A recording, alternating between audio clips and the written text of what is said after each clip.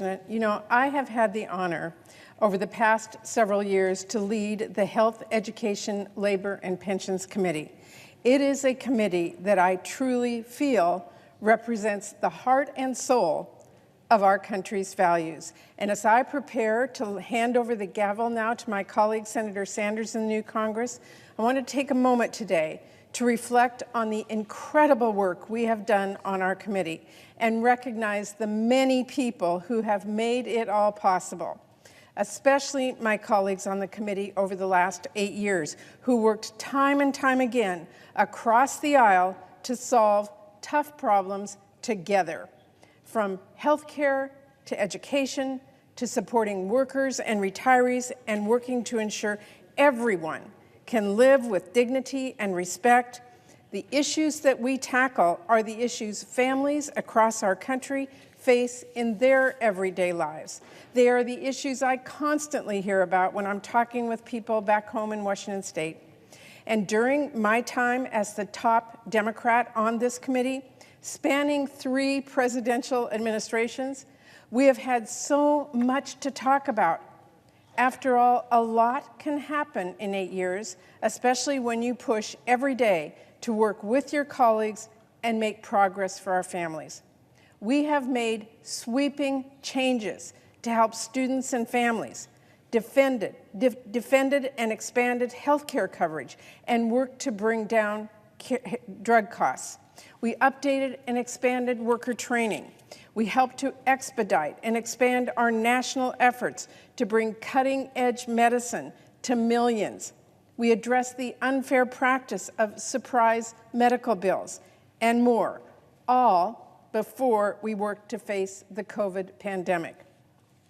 During our COVID response efforts, we were able to bring about the largest federal investment in child care ever. We provided significant resources to get all kids safely back in the classroom and address students' academic and mental health needs, which the pandemic worsened. We made historic investments to ensure seniors and people with disabilities can get the care they need to live independently. And we saved the pensions of over 500,000 workers and retirees and counting. But Mr. President, if I had to pick one moment that set the tone for my time leading this committee, I'd have to say it was right after the 2014 election when I was preparing to take over as ranking member and Senator Alexander was the incoming chair. As every colleague in this chamber knows, Senator Alexander was a true partner in always wanting to sit down and find solutions to problems. And for 6 years, we continued the long-standing HELP tradition of finding bipartisan solutions to issues large and small. Early on, we sat down and found both were hearing from schools and educators and parents who all agreed the No Child Left Behind law was not working. We had to do better. It was time to replace the No Child Left Behind Act. Now, Senator Alexander, my partner across the dais for 6 years, has said before he had initially been thinking of just moving forward on a partisan bill. Thank goodness that did not happen. He chose to work with me. Together, we followed his old 80-20 rule of finding the 80% where we could agree and working on that to help American families. And instead of staking out partisan positions, we staked out common ground with a bipartisan draft bill, which ultimately became the Every Student Succeeds Act. That was one of the first of many bipartisan breakthroughs HELP has made over the last 8 years. But following that model, it was far from last. In fact, 1 year and 3 days after President Obama signed ESSA into law, he was signing another massive bipartisan HELP bill, the 21st Century Cures Act, a package of policies focused on advancing biomedical innovation for patients and families. Our bill also included sweeping mental health reforms championed by Senator Murphy and Cassidy. It focused on addressing the opioid crisis, and it created the Beau Biden Cancer Moonshot. We built on that work even further with our 2017 FDA user fee package. And even now, Senator Burr and I are strengthening that legacy in our end-of-the-year package.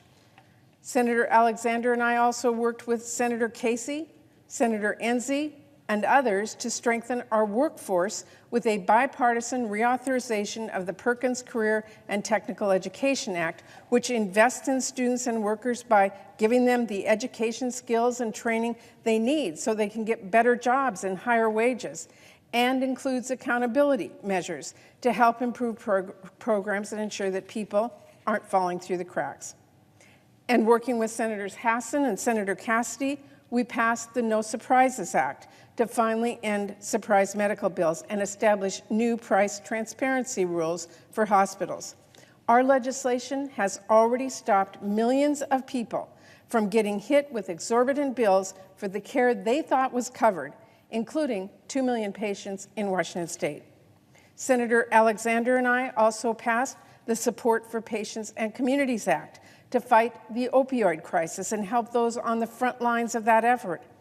And it is painfully clear, in light of the sharp rise in youth mental health crisis and the deadly new threat of fentanyl, there's more to do here, which is why Senator Burr and I have been working around the clock this year on the bipartisan package of mental health and substance use disorder policies that are now included in the omnibus. And then, of course, there was COVID-19. On the HELP Committee, we worked quickly to respond to the pandemic in the spring of 2020 with historic bipartisan relief bills and regular bipartisan briefings and oversight hearings to press the administration about the issues with our pandemic response. The many packages we put together addressed so many facets of our response, from getting shots into arms, getting kids safely back in school for in-person learning, getting our businesses open, and getting people back to their daily lives. And Senator Burr and I have continued to work to provide oversight of our COVID response and craft bipartisan legislation to make sure we fully learn the lessons of this pandemic. That has been a life passion for him. Even before the pandemic, Senator Burr was a leader on these issues. As a hearing witness once put it, he is the papa of papa. The bill, which is the foundation of our public health and pandemic preparedness system. And I could not have asked for a better partner across the aisle to work with me on strengthening that foundation these last 2 years. I will miss Senator Burr and his passion and desire to get things done. I join all of my colleagues in wishing him the best as he gets some well-earned grandparent time, and being jealous of how much fishing he is going to be fitting in over the next few years. Thanks to our joint focus, we were able to include most of our bipartisan Prevent Pandemics Act in this end-of-the-year omnibus, along with an impressive suite of other bipartisan bills, like the FDA package I alluded to earlier, which, among other steps, includes policies to address the infant formula shortage, to reform accelerated approvals, and improve diversity in clinical trials. Our FDA package includes bipartisan cosmetics reform as well. This is something we have been trying to get done since Senator Kennedy was chair of this committee, and I am so glad we are finally getting it across the finish line. The omnibus also includes bipartisan deals we negotiated to bolster families' financial security through greater access to retirement plans, better information about fees and lump sum pension buyouts, and new emergency savings accounts. And to respond to our nation's mental health and substance use disorder crisis, which the rise of fentanyl has made so much worse. Mr. President, this is so important. I have heard from so many heartbroken parents who lost a child to suicide or drug use, too many first responders who are feeling overwhelmed by the sharp rise in overdoses, too many kids who are struggling with depression and stress and anxiety. Getting them help has been a priority for me all year. And the package that Senator Burr and I negotiated includes valuable steps to strengthen the new 988 suicide hotline, make it easier for people to get substance use disorder treatment, helps tackle the opioid crisis head-on, and critical support for mental health care for our kids, and more. And amid all this work on the HELP Committee, I've also been fortunate to have Senator Blunt as my partner on the LHHS Appropriations Subcommittee. We worked on a parallel track in a bipartisan way to provide historic support for biomedical research, more than triple the size of our child care programs, fund new CDC programs to look at issues like maternal mortality and gun violence, and make progress towards my goal of doubling Pell Grants, and more. I am honored to have played a part in so much progress over the past few years. And of course, I could not have done it without willing partners down the dais and across the aisle. I didn't always agree with Senator Alexander or Senator Burr or Senator Blunt, but I always trusted them to hear me out, to understand families sent here to fight problems, not fight each other, and to make a sincere effort to find common ground. And speaking of common ground, Senator Burr had several lessons that he actually shared in his farewell speech last week, and I want to take a moment to heed one of those lessons now. Quote, "Thank your staff. They are actually the reason you are here. It isn't you." Well, I couldn't agree more. We couldn't hold a single hearing or confirm a single nominee or pass a single bill without them. Simply put, we couldn't do our jobs without the many staff members who are so dedicated to doing theirs. So I want to thank the nonpartisan committee staff led by the Chief Clerk, Chung Shek, who have supported both sides over the past 8 years, helped us put together so many hearings, and allowed us to make unprecedented adaptations during the COVID pandemic. And I want to thank the staffs of Senator Alexander and Burr for their cooperation and collegiality, in particular, David Cleary and Lindsay Seidman. And most of all, I want to thank the many, many members of my team, past and present, who have done so much. There are way too many to name. I'm just going to name a few. I will submit the full list for the record. Nick Bath, my health policy director for all 8 years. Kara Marchione, my education policy director. Amanda Perez, my labor policy director. Kendra Isaacson, my pensions lead. Amanda Lowe, my disability lead. Carly Rush, my oversight lead and general counsel. Annalie Alegria, my health communications director, and so many others, current and past. I want to thank them all. They have been precious to me, and I appreciate their friendship, their hard work, and all they do to help the American people.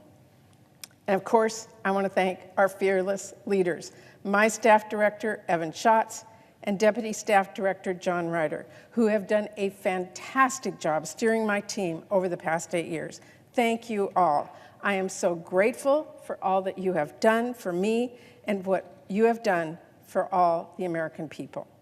It is clear that you understand we aren't just writing words on a page, we are writing policies that shape the lives of families across our country and the future of our nation.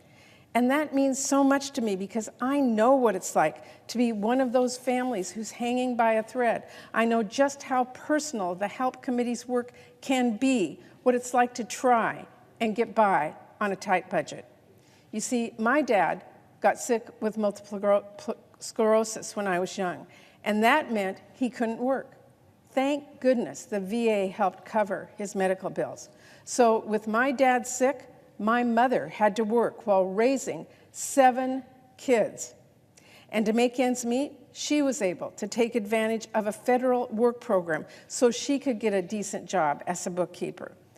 And my brothers and sisters and I were all able to afford college thanks to federal grants and student loans. So I'm here because our government had our back.